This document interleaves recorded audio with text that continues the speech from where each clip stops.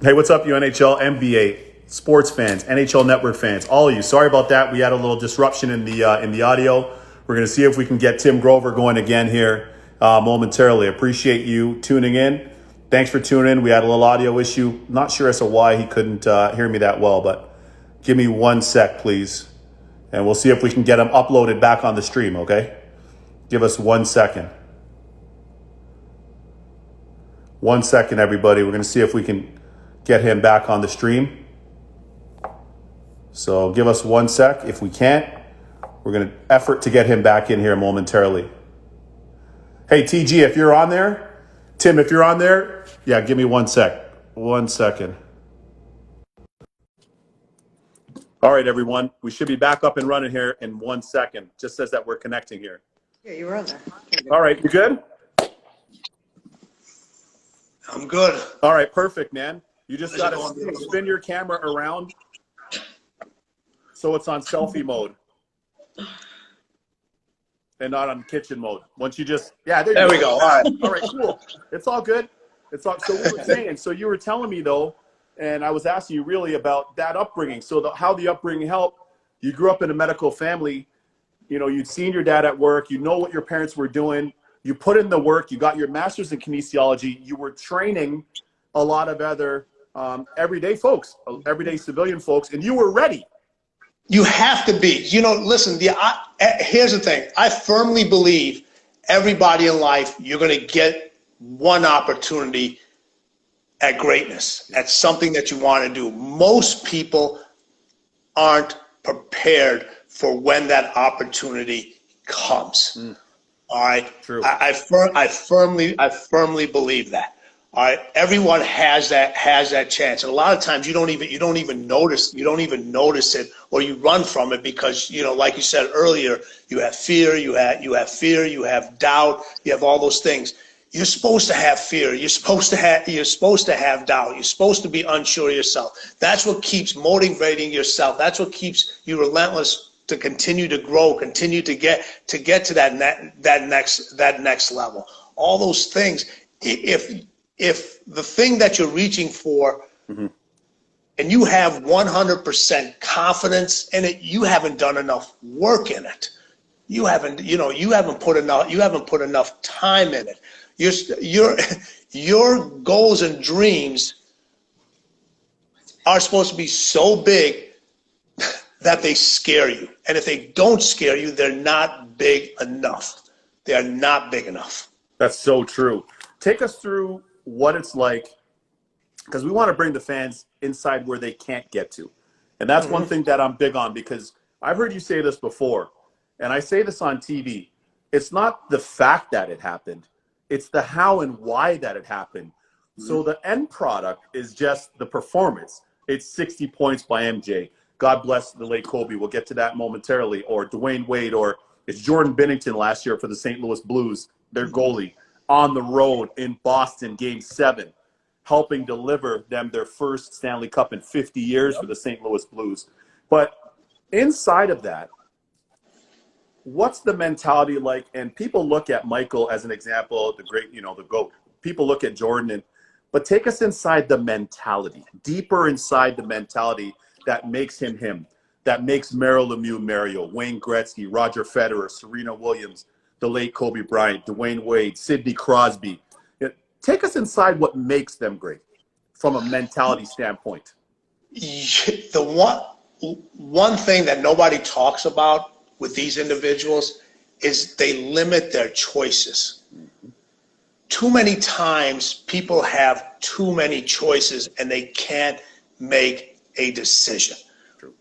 All right, they can't make a decision on, this is what I'm going to do, this is how I'm going to do it, and this is how I'm going to get it done. I mean, you look at the average individual. How many times have you gone through this with individuals? What do you want to do? I don't know. What do you want to do? I don't know. What do you want to do? And they go back and forth, and they can't make a decision. When somebody goes out to eat, what restaurant do you want? Steak? Do you want fish? Do you want plant-based? Make a choice already. Make a choice. All right? Yeah. And then do everything possible to make that choice happen. All right? everybody knows about the work you have to put in. But what are you willing, for all these individuals, they knew what they were willing to give up and what they actually had to give up. There's a lot of people that be like, okay, yeah, this is what I'm willing to give up, but they don't actually give those things up. And when I'm talking about willing to give up, you got to give up your free time. Totally. All right. You got to give up your friends. Mm-hmm. There's a lot of times where you have to give up family time. Mm-hmm. As a professional athlete, you don't have a choice, even Totally. from a traveling. Totally. From a traveling standpoint, if you work in the sport, I don't care if you could be the equipment manager, you could be in the broadcasting booth, whatever. Yep. Those things become your non-negotiables. MJ had his non-negotiables. Kobe had his non-negotiables. Dwayne's, all the greats have their non-negotiables, and they know what they're going to do to get there. With MJ, he knew what he had to do. He wasn't worried about being liked. He knew what his end result was. And the mentality, too many times now, when you try to reach that end result, people are so worried about being liked. Kobe didn't care about being liked. Mm-hmm. Michael didn't care about being liked. Dwayne didn't care about being liked. They cared more about being respected. Right. Respected for the work that they put in, for the results that they constantly got, for the accountability that they had on themselves and their teammates. It was like their mind was like every single day in practice, I have to make myself better and I have to make you better. So if I let you slack off in something in practice, all right, or if you miss an assignment, a defensive assignment in practice, you're going to miss it in the game. Totally. Maybe at a crucial time. Game 7, under the big lights, in front of the world, 100%. And here's another thing that what you just said about the big lights. They don't care about the light. They never see the lights. Right. They never see the lights. They never see how many people are in the arena. They don't see that because they're so focused on that end result. They're in that zone. All right, and the zone comes from all the preparation that they constantly put in. How many times maybe you make this comment, that player is thinking too much. Sure. Just go out there. I know what it felt like to do that, 100%. They say, just go out and play. Well, what happens when you tell somebody, don't think? They start to think. Exactly. All right? Yeah. So these guys put in years and years of thinking not to be able to think. Mm-hmm.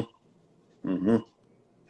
And, it was funny, like, they ask individuals, well, what's going on in your head during that moment? What were you thinking about? And the answer is nothing. Right.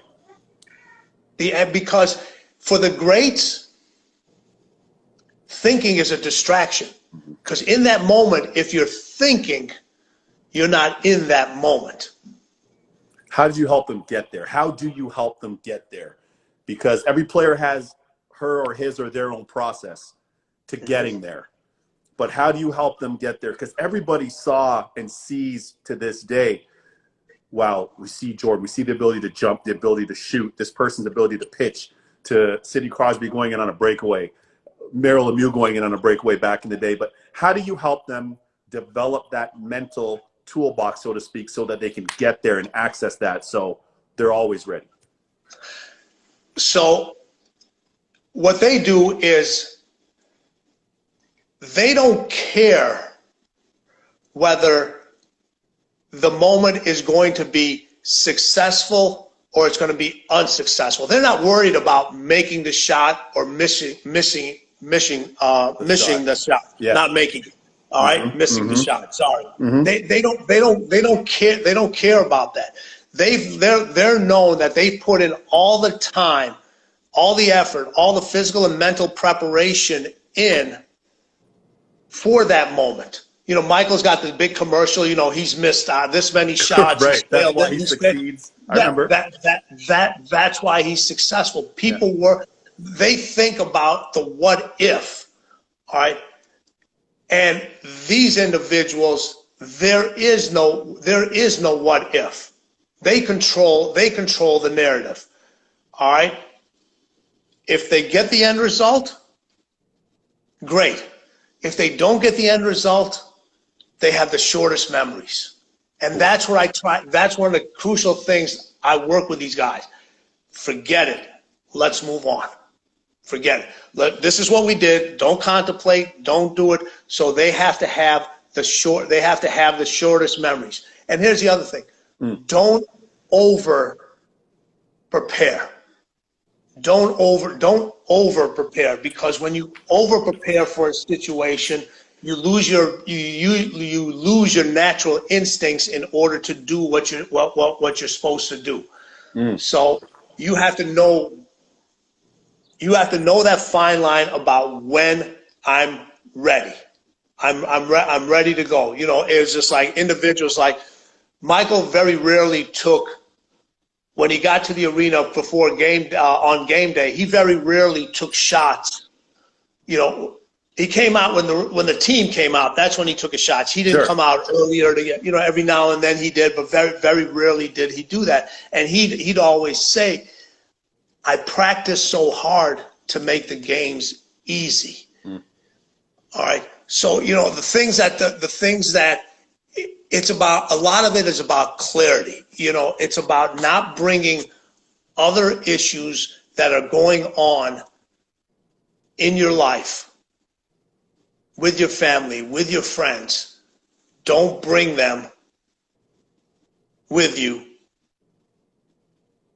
during the games. Don't bring those situations. They're always going to be there, because the zone and the ability to be able to react, get in a no-think state, it's about clarity. Right. It's all about clarity. And I need these individuals to have clarity. So I need to know, is there some, you know, we talk about what's bothering you, what goes on in practice. And the answer I never look for. If I got an answer of, how you feeling? And the level and the answer was fine or okay, I knew there was a problem. Oh, interesting. I knew that I was because the best of the best never settle for anything that's just fine or that's just okay. All right. So there are little cues that individuals give you every single day when you know they're settling for less than what their ability allows them to do every single day. And it all starts with the mindset. If you're bringing a bunch of issues that have happened outside the ice rink and you bring it to the ring, you can see it right in their performance. You can see it right away. It's like a person, all of a sudden, a goalie didn't forget how to stop pucks, what angles they should use. True. A baseball player doesn't always just all of a sudden forget how to hit a baseball. A basketball player doesn't all of a sudden just forget how to make a basket. There's something else that causes those things to affect what their performance dictates, and dealing with those and understanding those and knowing that's going to be a part of the process of the growth and minimizing those allows these individuals to constantly perform at a higher level, because once you can teach them that, they start to use those things as fuel. You know, everyone talks about, you see these individuals when they're not feeling well. How many times have you seen in sports, and Michael obviously was very close to Wayne Gretzky, and he was very close. Very close. Yep, All and right. to Mario too, as you and Brett all. Yes, very close to Mario also. Mm-hmm. All right. And if you took those three individuals and you put them in a room and you monotone their voices where they were exactly the same, but you didn't know what was saying what. If you talked to them about their preparation, the competition, how they got ready, how they felt about things, they would give you the exact same answers. Boom, bingo. And I'm so pumped that you said that, because a lot of times, I'm glad that you hit on that, because a lot of times, I've had friends, or you have teammates, or you have different people, or close associates or family members, and I know that they love person A. I know it. And I'm like, I played with him. I played against him. Here's how he's wired. Here's what he'd say. Or I met him. Here's what she'd say. Here's what they'd say. And they're like, oh, Kev, it's just you. Kev, it's just you. But you're so spot on. Continue on with that. That's interesting. I'm glad you said that. So those things, they don't play for the money. They don't play for the accolades. All right. That's a byproduct of what they do. They're like, if I produce X. in the environment, right, everything else will take care of it. Everything else will take care of itself. It's funny when you're good, you tell everybody else. When you're great, they tell you. 100%. Those individuals never had to tell themselves how great they were. They would always compliment their teammates. Now, behind closed doors, it might be a different conversation. Yeah, right? Yeah. But it was always about the team. It was always about the team. Michael, listen, in this documentary that's about to come up, Sunday night, I'll be tuned in. The Last Dance. One of the clips that says, he goes, you can't mention Michael Jordan without mentioning Scottie Pippen. Right. All right. 100%. And in his Hall of Fame speech, he said, I wouldn't be here without Scottie Pippen. Mm-hmm. And Kobe didn't realize what he had in Shaq until Shaq left. Right.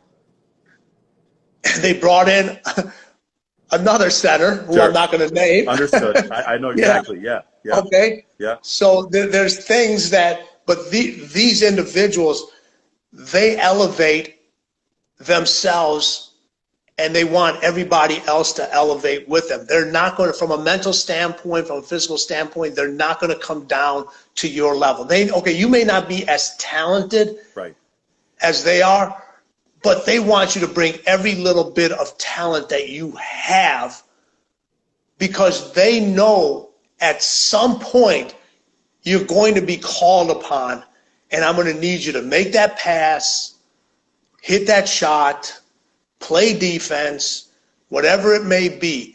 And I have to be able to believe in you, even if it's for 10 seconds. Right. All right. And if I slack off,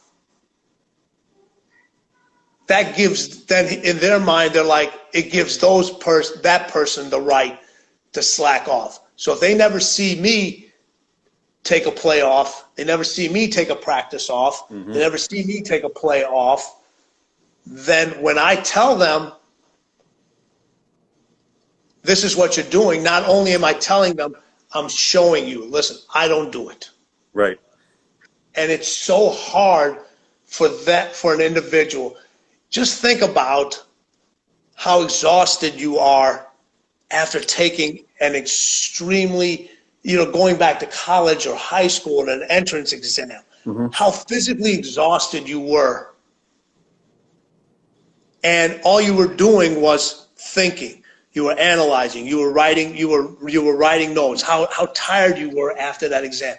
Now add to that, to maintain that high level of mental focus, and add the physical component on top of it. Totally. And those stars that we mentioned, they're the ones that have to answer every single question. They're the ones that have to deal with guys like you afterwards. Right. Yeah, that's true. That is true. No, you're absolutely right. You're absolutely right. Okay, you're on the bus, right? You're on the plane. You're in Barcelona, the dream team, which you said is some of the best basketball you've ever seen. Understand? Oh, it's by far the best. It was like right. Yeah, but, it's like you got to be kidding. There would have been perennial all-stars in the NBA that couldn't have played in that big of game. Couldn't get on that court. Couldn't get on that court. I agree. Yeah. So when you're on the bus, you're on the plane, you're going to the rink. It's the morning. You guys, with Michael, with the Breakfast Club, you guys were the first real people, early adopters, to essentially have the workout before going to the rink for practice, before going to the stadium for practice. What are you telling those guys? What are some of the things that you're echoing to them in the morning when you're working out? Or if, hey, you're on the plane, you're heading to the rink for the game, what are a couple nuggets that some people can take away? You know what? It's just, we're figuring, what we want to do is there's certain things a person can do to get an individual in a zone. Right. All right.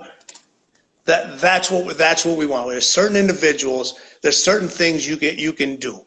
And there isn't a whole lot of talking. All right. There really isn't. That's the one thing about these individuals. You know, you go back to, the Sidney Crosbys, the Mario Lemieux, and, the Waynes and all the other one, obviously your Rolodex is a lot more extensive than mine is. But they weren't the hype guys. Exactly. There was no hot talk. Right. All right. No hot talk. None. There is no hot. They got their lockers by themselves. They're quiet. They're doing, because here's the thing. For most players,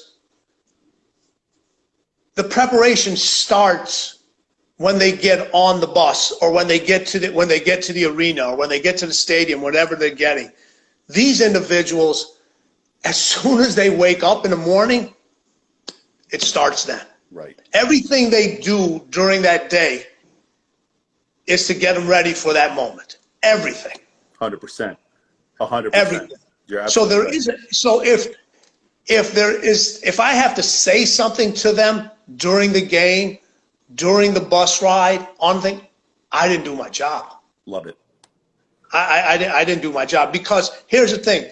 What am I going to say now in the last 5, 10 minutes, 30 minutes before that they should know already? Now, there may be some adjustments in the game when I see things that are, bothering, and I may see something, that they're maybe lacking focus. They saw something or some body language. I may point that thing out for them, but it's a quick conversation. Sure. It's quick. Yeah. That's it.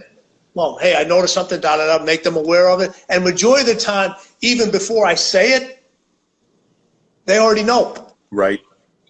Right. They already know. So that's what I talked about earlier. It's the years and years of thinking and training physically and mentally to get them to the point where they don't have to think. They don't have to be the vocal guys. They don't have to be the hype guys. They don't have to do all that stuff, because that's actually a distraction for them. Love it. What about the late great Kobe? God rest his soul, and his late daughter, and of course all of those that perished on the chopper itself. And all due respect to you, because you guys established a relationship through Mike. You were almost a bridge between those two guys. And Michael Jordan said, hey, call my guy Grover. Tim was, Kobe was having some problems with his knees, and you helped get Kobe back to his optimum prime level. But tell us some things about Kobe, with all due respect to your relationship that you guys have, and we never want to infringe on that. Tell us some great takeaways that we can have from Kobe, the late, great Kobe Bryant. Oh, I mean, listen, you talk about an individual that didn't give a F. Right. I'm going to keep it clean. See, no, I got you. We got you. Yeah. Yeah. It's just like, it was win at all costs. And had one of the highest pain tolerances I have ever seen. You could see the videos where the Achilles, the dislocated fingers. Yeah. getting popped into place. There were shoulders. Yeah. There was literally times where his shoulder popped out of place. All right. And we repositioned it and he came back out to play. Mm-hmm. Mm-hmm. I mean, just the competitive drive, the thirst for knowledge. You know, the one thing I try to tell people, Kobe never went to college. Mm-hmm. Neither did I. Mm-hmm. But he was one of the most smartest individuals I have ever met. Wow. I mean, he spoke literally, let me get, if I remember this, he literally spoke 4 or 5 languages fluently. Incredible. Not a few words, fluently.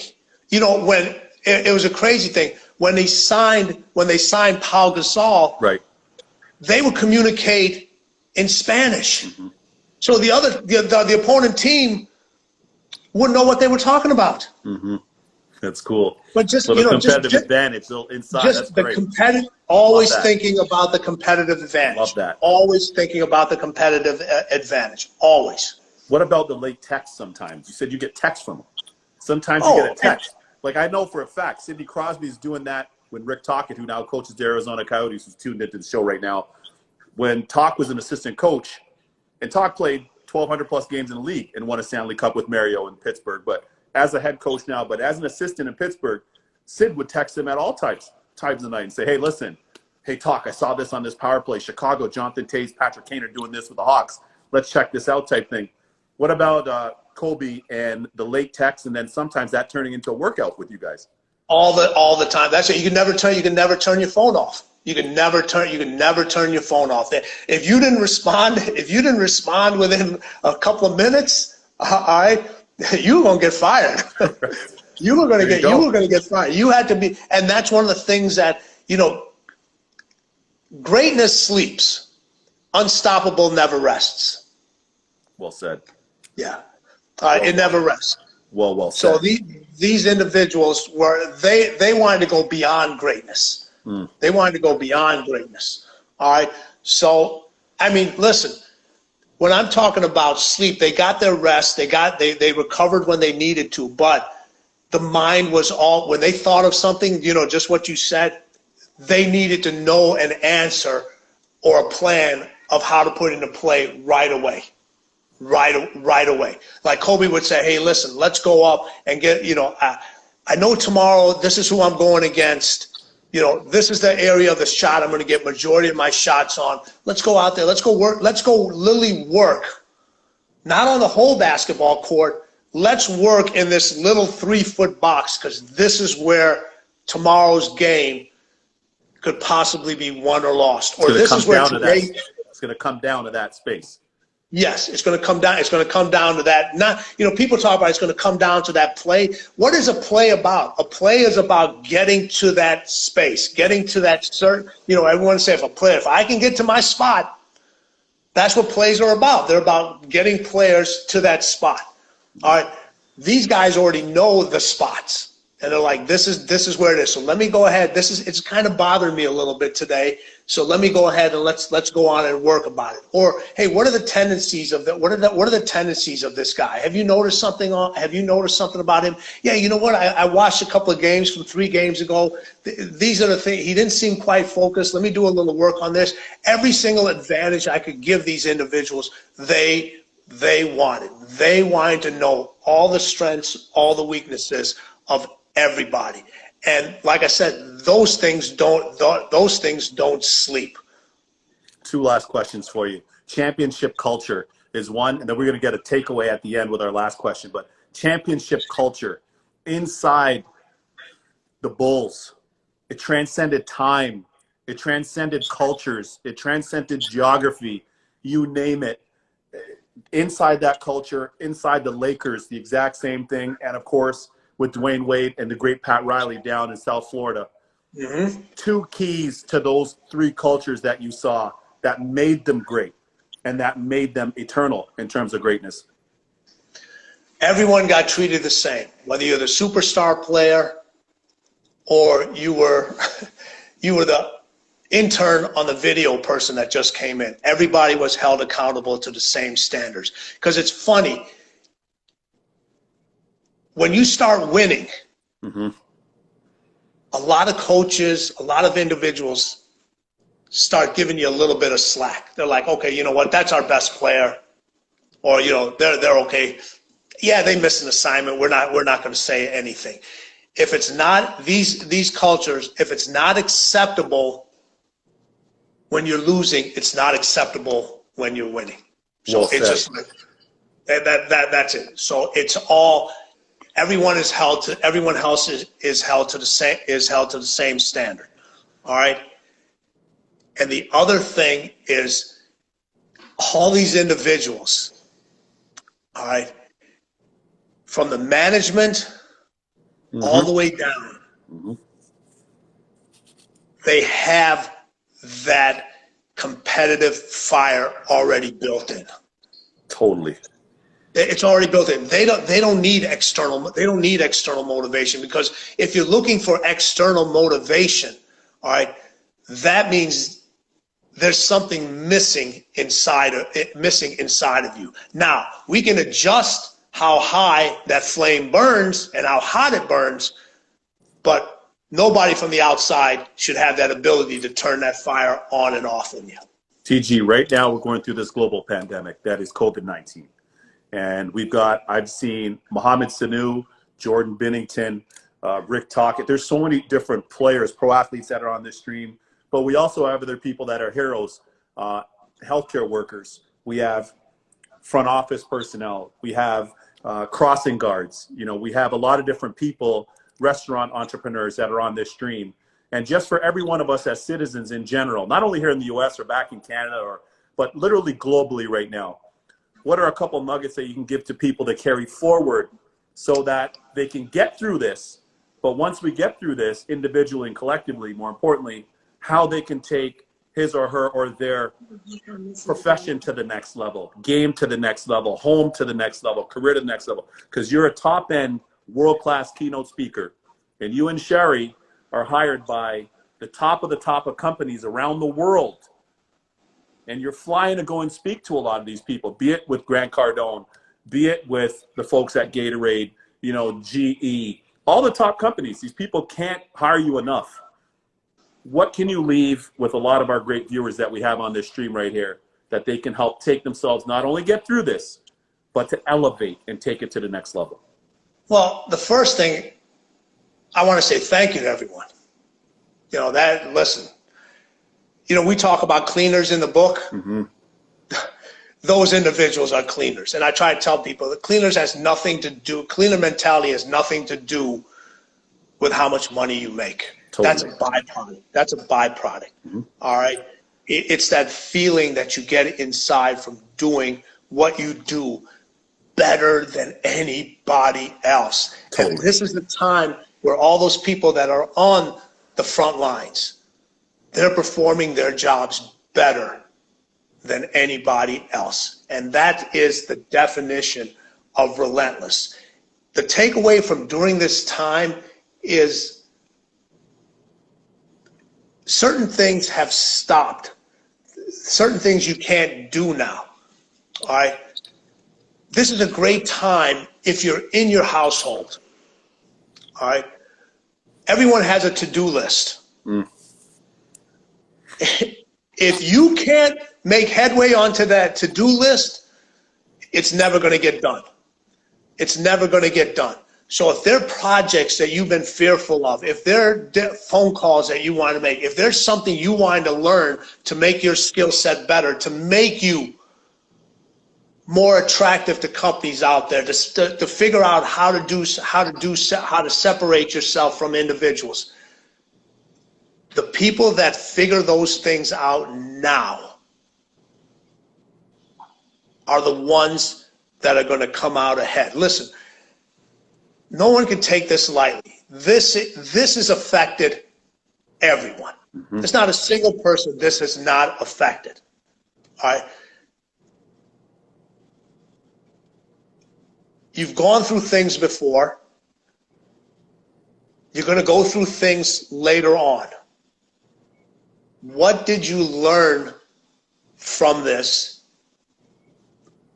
And what can you change about yourself what can you eliminate and what can you add? Because people are always during this time, they want to add stuff, they want to add things. Everybody, I want to add, I want to add, I want to add. Well, when you add too much without subtracting, there is no progress. You can only carry so much. So this is a time to look at yourself and get rid of the stuff that you don't need to carry when this stuff is over with. And if you can do that, you're going to be able to make a much speedier recovery and get back into your whatever it is you're trying to do. 100%. Hey, listen, there's a reason why you have risen to prominence and to greatness, and you continue to exemplify that. And you created it literally from scratch yourself, but you also created it in partnership, and you did it in partnership with, be it family members, be it Phil Jackson, be it Jordan Pippen, the late great Kobe, DWade, Pat Riley, and of course now with Sherry. And you've done this and you continue to, because you still train a lot of elite athletes, but you've done this by way of your training physiologically, but you've also done it psychologically, and you're helping people do that. So thanks so much for all you do. Congrats on 7 years. Sherry, congrats. I know she's out of the shop, but Sherry, congrats. You guys co-wrote that book.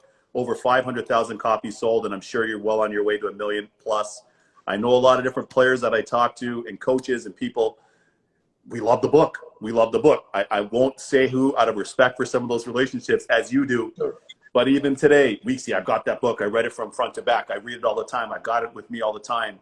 So you're impacting people's lives, and not just athletes, but more importantly, you're impacting people, especially by way of your speaking, by way of your Relentless group, which I've been a part of, by way of your Down and Dirty group. So for a lot of you NHL fans, NBA fans, sports fans, make sure you go and check them out at Attack Athletics. Make sure you give them a follow on all social platforms. Also his great agent at Sherry Wenk, W-E-N-K. Make sure you give her a follow as well. They're doing great work. And what I love about this, as I mentioned, is it's not limited to athletics. And you pointed that out. This is everyday life stuff for all of us as everyday life people. Listen, I always say, we may never see anybody play basketball like Michael, like Kobe, like Dwayne, LeBron. You may never see somebody play hockey again like, Mario, Sidney, Wayne. You may never see anybody play tennis like Serena, all these individuals. We don't know that.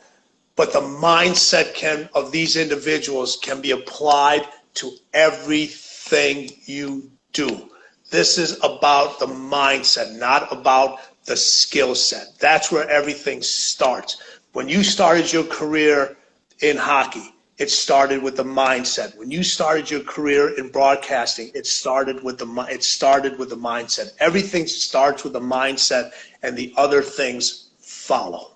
Well, you know what? That's great advice, and thank you. And you know what? MJ obviously took advantage of that and listened to that and exemplifies that. That's why in his post-playing career, and I had a chance to meet Fred Whitfield, who I know you know real well. When I played down in the minors in Greensboro, North Carolina, and Fred, we ran into each other. I'm like, I'm the biggest Jordan guy, man. I'm the biggest Jordan fan.